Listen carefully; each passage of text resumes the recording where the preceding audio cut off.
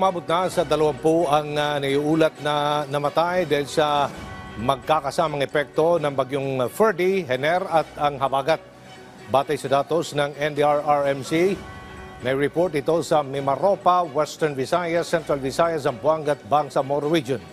11 naman ang naiulat na nasaktan habang 14 ang nawawala na patuloy pang binavalidate ng ahensya. Higit kalahating milyon naman ang apektadong individual at 62,000 dyan ay nananatili sa iba't ibang evacuation center. At base sa datos ng NDRRMC, 2.4 million pesos sa pinsala sa infrastructure. Pinaalalahanan naman ng publiko na patuloy na mag-ingat dahil sa sama ng panahon.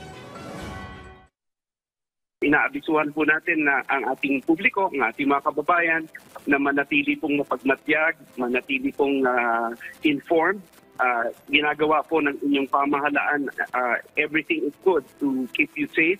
Pati yung ating mga linya ng informasyon, lahat po, social media, yung mga live streaming, katuwang na rin po ang lahat ng mga ahensya ng NDRIMC na talaga pong masugid din, na talagang nag-i-inform